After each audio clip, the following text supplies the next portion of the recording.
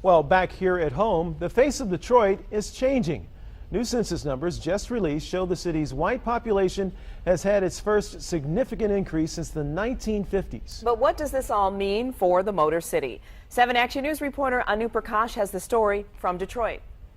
Kurt Metzger is the Director Emeritus for Data Driven Detroit. He says new census numbers that show Detroit's white population went up by about 8,000 residents last year points to a trend seen in other cities that have made a comeback. You'll notice that what you see is that first wave of white population.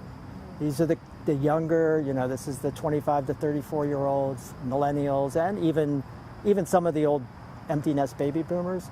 These are the ones that have the resources. These are the ones that can actually afford to start moving in.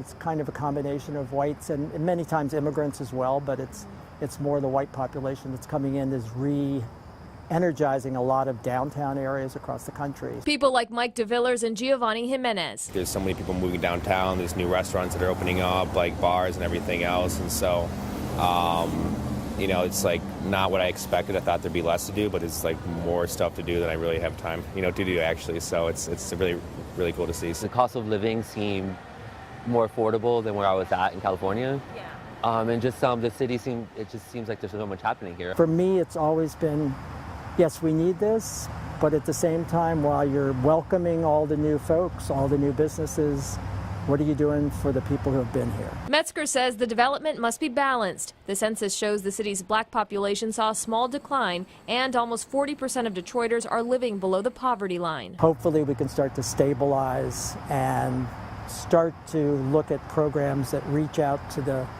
undereducated, the unskilled, and start to really be more all-inclusive in the city. Diane Sams is a lifelong Detroiter. She believes the city needs more low-income housing. I'd like to see it diversity.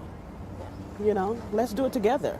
After all, we built this country together. I think what you're going to start to see is a city that's much more diverse, much more mixed, and hopefully is a city that reaches out and is successful for all. In Detroit, Anu Prakash, 7 Action News.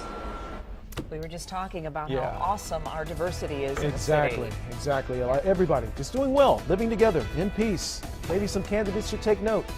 Still ahead on 7 Action.